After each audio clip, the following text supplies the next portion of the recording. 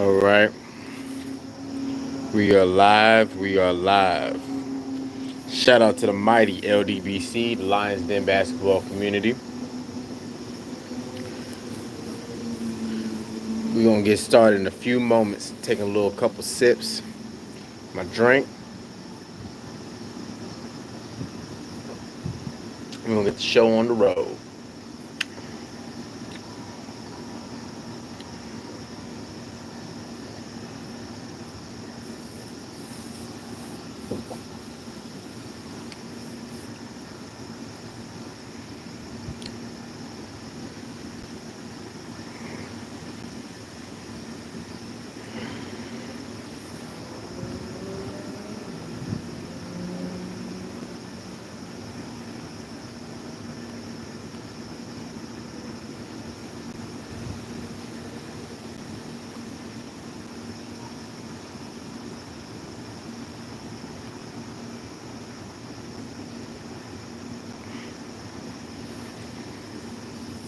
Get started in a few.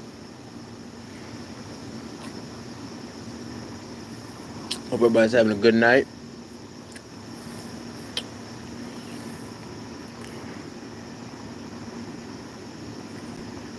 All right, let's get cooking. So the Los Angeles Clippers made an announcement today, earlier this afternoon, that Doc Rivers will be fired. They said that they mutually parted ways as head coach of the Los Angeles Clippers.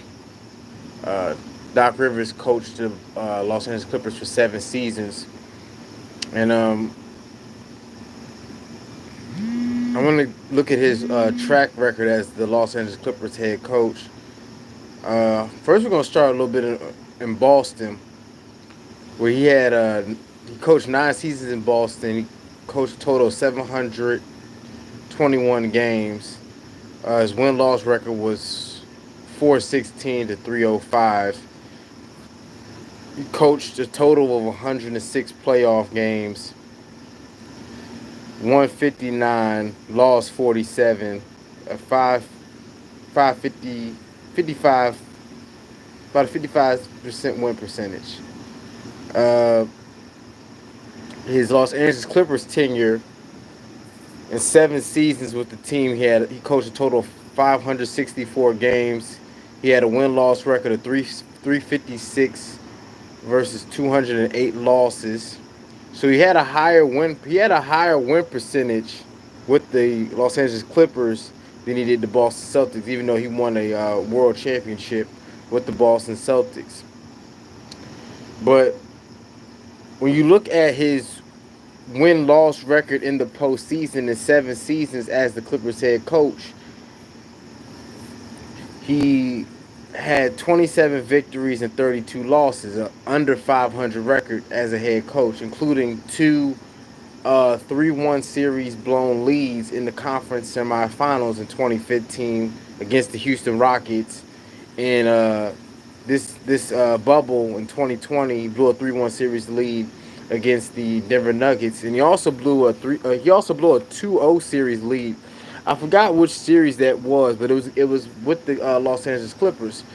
And so he has a track record of blowing leads in series. So the interesting thing is who should the Clippers hire as head coach? And it's very, very interesting to me because we don't know. It's very, very tricky. We don't know the long term future of this team.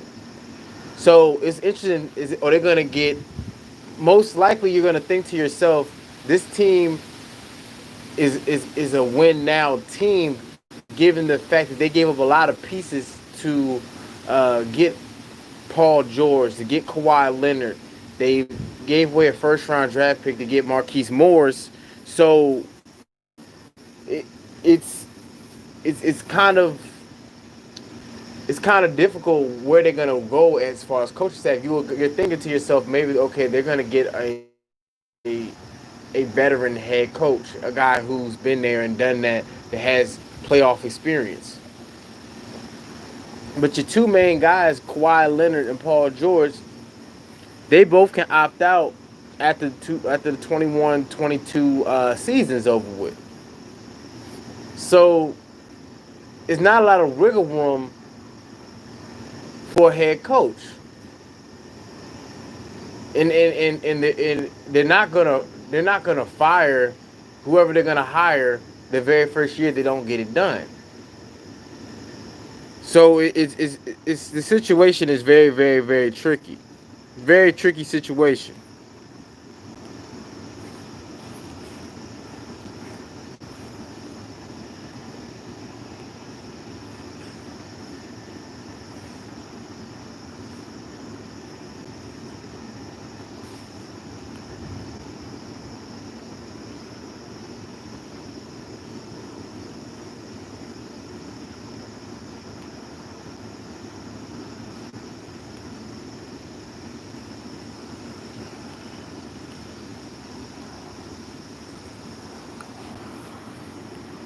This is some absolute bullshit.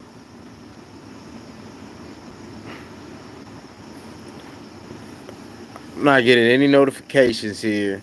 And people, I put a 2 hour notice that I'm going live at 10 o'clock tonight. And I got no people in the chat room at this moment.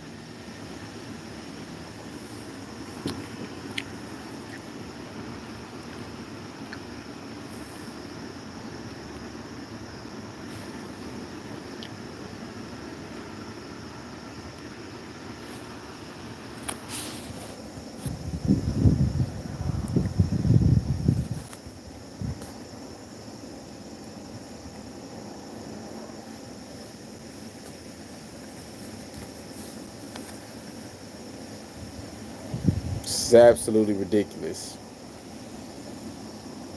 Shoot two for you. Shoot two.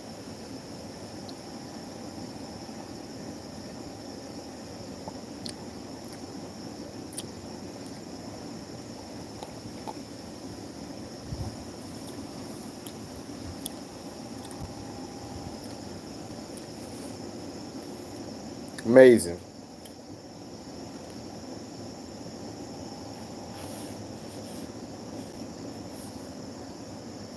I can't get nobody in the chat room. It's crazy.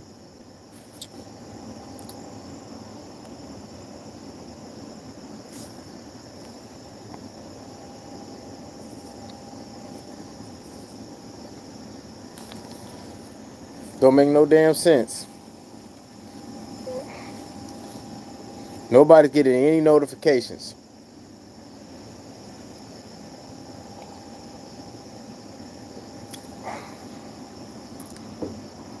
It's all right. We're going to continue to cook.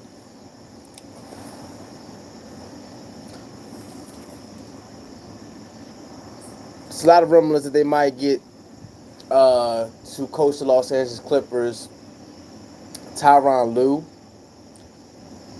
ex-Cleveland Cavaliers coach who coached the championship team in 2016 with LeBron James and Kyrie Irving and Kevin Love.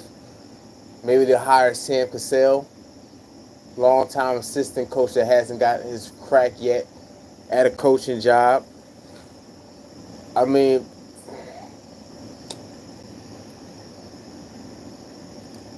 maybe you hear rumors of Mark Jackson, but if you're a coach looking into this job, you got to ask yourself, what is the upside long term for this coaching job? Yes, short term at this moment, yes, the pieces look good. But you got to look at it like this. If you don't get this shit done next season, some of these pieces might be gone next year. And you're looking at a totally different scenario. And you got to remember that this team, the Clippers, don't even have a first round draft pick until 2027. So, I mean, it's a situation where you're rolling the dice by taking this job. And that's just my opinion. That's my opinion that you rolling the dice taking this job.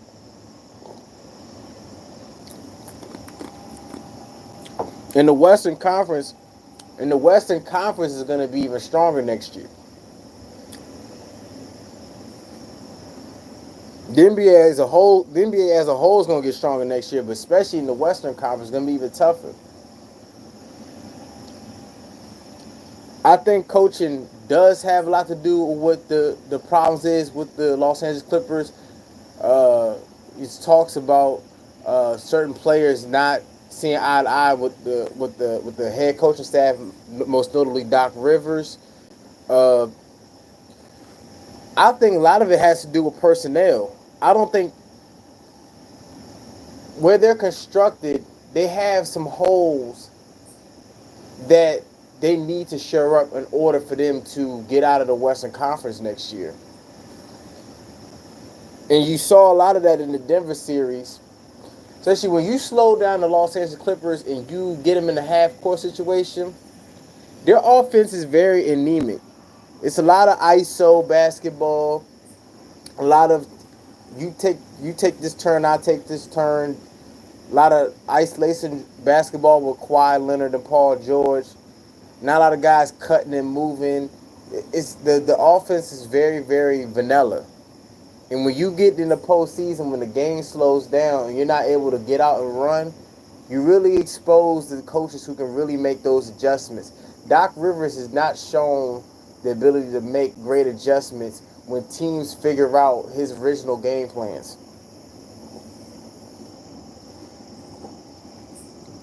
That's why they continue. That's why they continue to struggle. That's why they continue to fall short to get past the semifinals of the Western Conference. You're not going to be able to just to run and gun and get up the court like the Lob City, DeAndre Jordan, Blake Griffin teams. You know what I'm saying? Now, this team with Paul George, Kawhi Leonard, and Montrezl Harrell, Lou Williams, and the crew, they weren't as up tempo as the teams, but they still were up tempo team, but they're not efficient in the half court offense. Most of your teams that win championships, they're teams that can defend, they can rebound, and they can execute in the half court. And another problem with the Clippers is they're soft in the middle. They're very soft in the middle. Very soft team in the middle. Zubac is a good role player.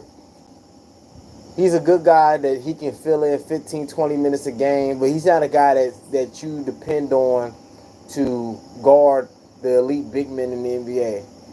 Very slow, flat-footed, can't seem to, and especially when you do pick and pop with him and get him out on that perimeter, he can't handle those guards and wings and keep in front. I mean, not a lot of bigs can, but he definitely can. And you saw that in the Denver series where they was picking and rolling with Jamal Murray in in uh in the Joker.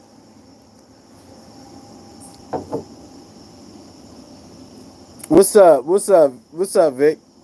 I ain't seen you in a while. What's good, bro? What's good, man? Victor's Lions TV. What's up? What's up, man? You said Mark Jackson. I think that'd be a great hire. I do. I think that'd be an excellent hire as the Clippers head coach, but it's a lot of rumblings that he's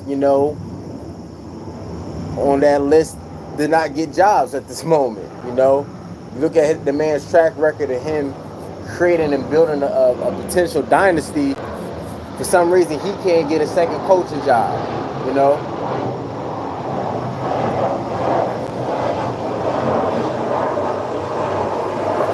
Yeah, they better not. I had somebody mention that in my last live when I broke the news that Doc Rivers was fired as the Clippers head coach. That Mike D'Antoni will get the head coach job. I will be shocked if that happens. I don't see that happening at all. But I heard that Doc Rivers is getting interest already from the New Orleans Pelicans head coaching position and also the Philadelphia 76ers. Also, Mike D'Antoni is getting that same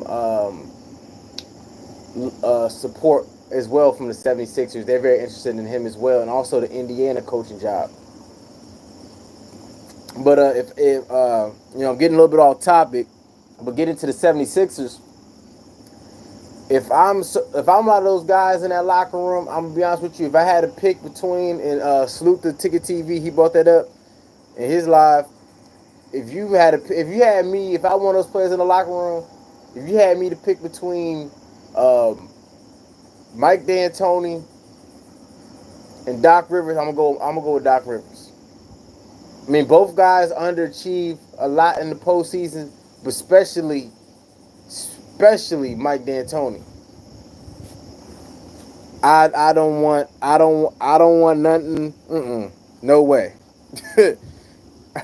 I'm good with him. I know what you're gonna get. Excuse me. I mean, he the type of guy. You know, he can sell tickets. His style, pick and roll, get up and down the court. But when it comes to postseason time, he's a one trick pony. He's very predictable. He doesn't make any sound adjustments. He's not the type of coach that's going to take you. He's the type of coach that you get to. I say, if you're a young up and coming team, I think he'll actually fit well with the New Orleans Pelicans because the New Orleans Pelicans, they're not the type of team that's going to be contending for championships anytime in the near future, especially with I say the next 2 years, 2 to 3 years. They're gonna be a fun team to watch. You're trying to sell tickets. You got Zion Williamson. You got Brandon Ingram. They might get rid of Drew Holiday. They still got Lonzo Ball. They're the type of team they're not expected to be in the title contention the next couple of years. So that will actually, and he doesn't, he won't. If he gets hired there, he won't have the expectations of winning a championship there. So his style will actually be okay for them and what they're trying to do. And then eventually, when they get to that next step, when they're trying to reach that next plateau, if everybody stays healthy, then you can see them getting rid of Mike D'Antoni and getting a better suited head coach, or the Indiana Pacers job. I think those are the two best fits for Mike D'Antoni, in my personal opinion, is Indiana and the Pelicans. I mean, I haven't heard any interest in the Pelicans and Mike D'Antoni, but that's just my opinion. You know, I could be wrong. You said D'Antoni is saying repetitive run and gun, terrible defense, and rebound. Exactly. Maximus royalties, Black Realty. I hope the Clippers get Mark Jackson. Hey, a lot of people hope they get Mark Jackson. I would love for them to get Mark Jackson as head coach. I think he'll be an excellent fit. He's the type of guy. He's a no nonsense type of guy. I think he challenges his best players, and I think that was another criticism.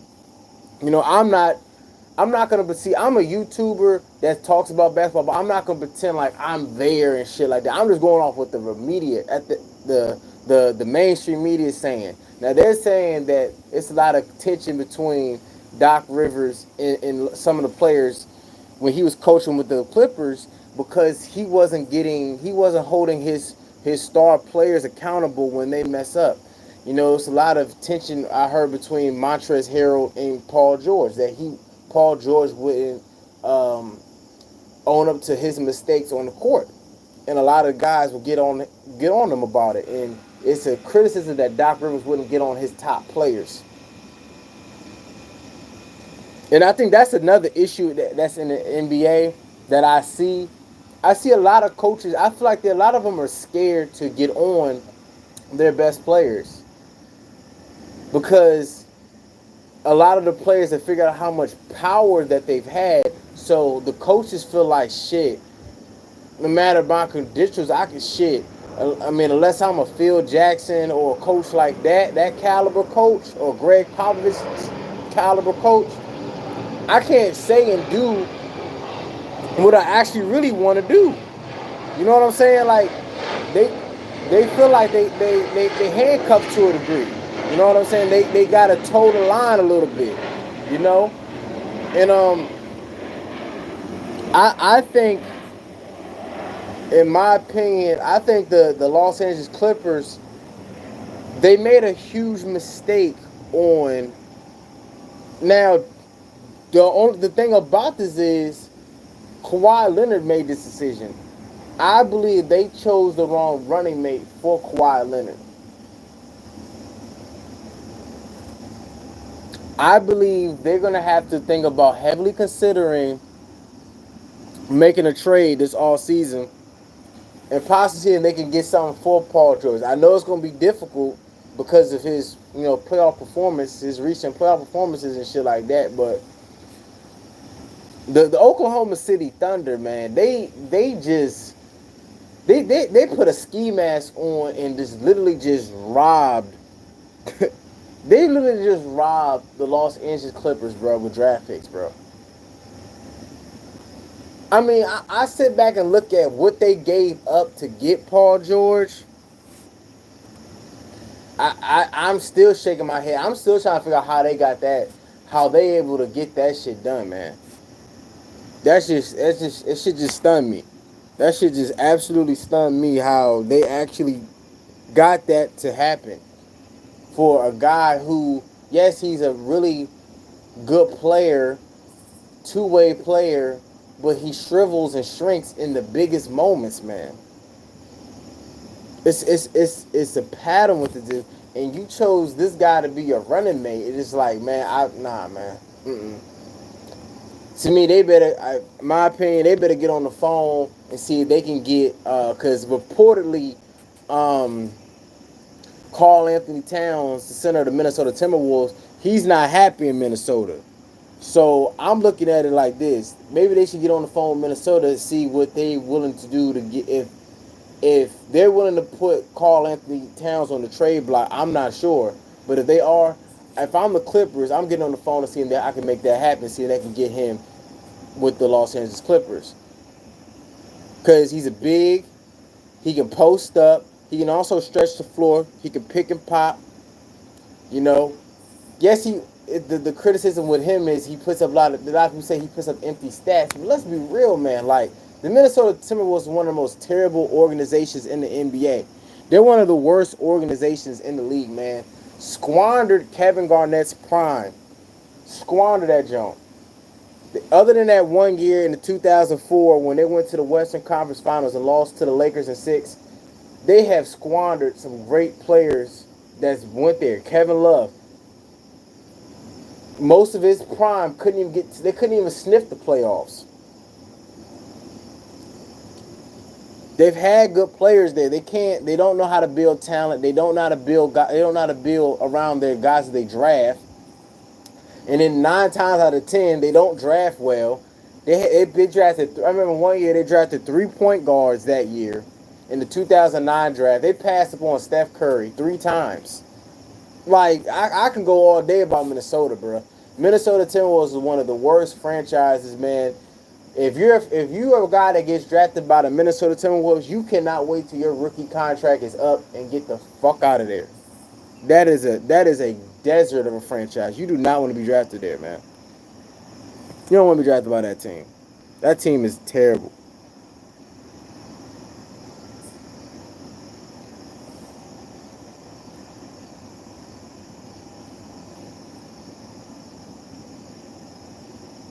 You said Larry Brown had less coaching chances than Doc and D'Antoni, but the accomplishments a lot more in less time. Exactly. Larry Brown. Excuse me, Larry Brown. Yeah, he only got one championship, but he never really coached the upper echelon talent. And his winning percentage is not as high as out of some of the great coaches in the league, but he turned around a lot of bad franchises. He didn't get the luxury of of of a of a like a Steve Kerr situation where everything all the ingredients was there, all the seasonings, all the things, all the ingredients that you need was already there. All he had to do was just draw up the right game plans, and voila, it comes through. Larry Brown never had that situation. But I'm gonna switch topics because I want to talk about a little bit about the NBA Finals, and I want to give y'all guys my prediction of the finals and how long I think the series is going to go, who I think is going to win the NBA championship between the Los Angeles Lakers and the Miami Heat. Game one will be Wednesday night, 9 p.m. Eastern Standard Time. I'm gonna go with the I'm gonna go with the Los Angeles Lakers in 6 games. I think they should beat the Miami Heat in 6. I think they should do it. I think they should pull it out. It's gonna be tough. Um, reason why I said it's gonna be a dicey series, even though the Miami Heat is a fifth seed team, I say that because number one, the Miami Heat got more guys they got more players that can get you into double figures. Okay. Number two, I'm worried about LeBron because even though the Lakers got to the finals, I haven't seen that dominant LeBron for a lot of stretches of times. So those are my main two concerns. But I think the size of LA, I think the fact that this team that they're playing, the Miami Heat, is very inexperienced. Um, I just believe that the Los Angeles Lakers are going to win the championship. I think Anthony Davis is going to have a monster series. I think he's gonna average about 26, 27, about 10, 11 boards in this finals. But I do think in order for the Lakers to win the finals as well, I think LeBron James he's gonna have to he's gonna have to be a little more aggressive, still get his guys involved, but look to be more aggressive in the third and fourth quarters of games. Yes, he showed out against Denver his last game in Game 5, but for the most part, I need to see more consistency from LeBron in the second half of games. He tends to disappear a lot of second halves in the bubble this year.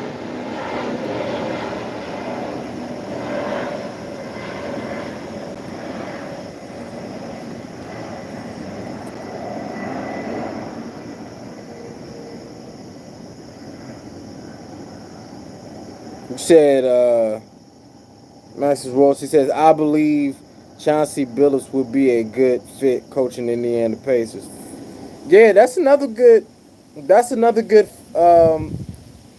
fit. I think too. I think Chauncey Billups. I'm interested in seeing, even though Chauncey Billups he doesn't have great, he doesn't have the coaching experience yet. But when I see him break down matchups on countdown shows, I think he can be a really excellent head coach in this league. And some of the best coaches in the NBA, a lot of them are good point guards. Point guard head coaches are guards.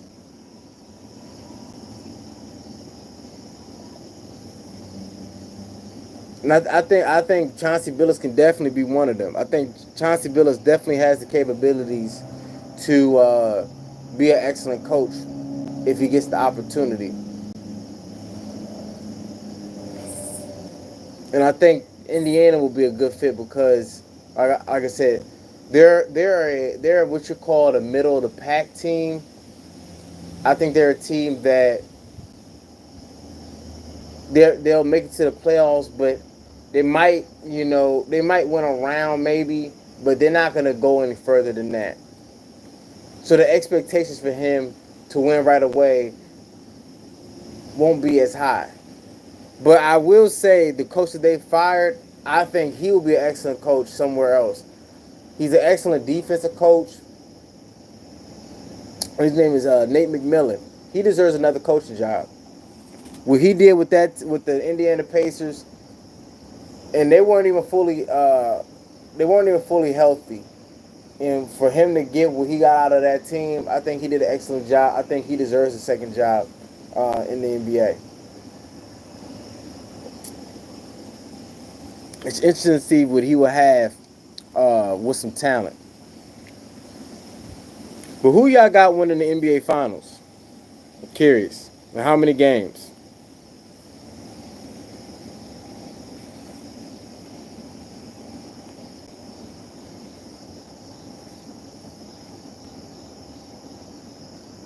You got Anthony Davis. I got Anthony Davis Finals MVP too. I do. I think Anthony Davis is gonna win Finals MVP this year. But you know how the you know the media gonna try to spin it some way and try to give it to LeBron, so they can push that narrative and shit. Oh, he's the first player to win uh, three championships with three different teams and win Finals MVP.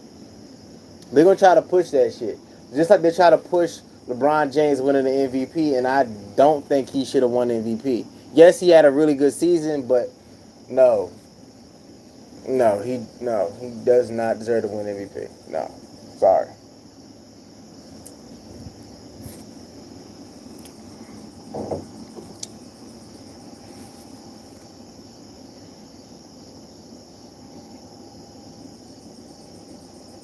You say Nate McMillan would be a good head coach, the Timberwolves.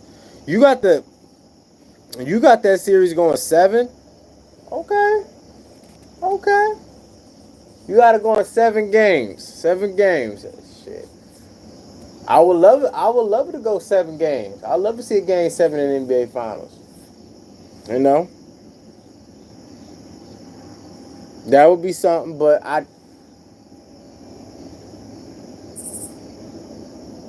I'm gonna put it to you like this. I don't think the powers that be. I don't think they will want for. I don't think they'll want the series to go 7. I know it'll be big money, but I don't think they want to take the chance of the Miami Heat upsetting the apple cart and beating the Los Angeles Lakers. I'm tell you right now. Because if that shit happens, they're gonna make every excuse in the book for the Los Angeles Lakers. But I'm gonna be back with another live. Give me about 5 minutes. We're gonna talk about another NBA team. We're gonna talk about a team in the Western Conference, and we're gonna talk about a Pacific player. So come back in about give me about 5 minutes. We're gonna go live again, and we're gonna talk about a certain player that I want to talk about.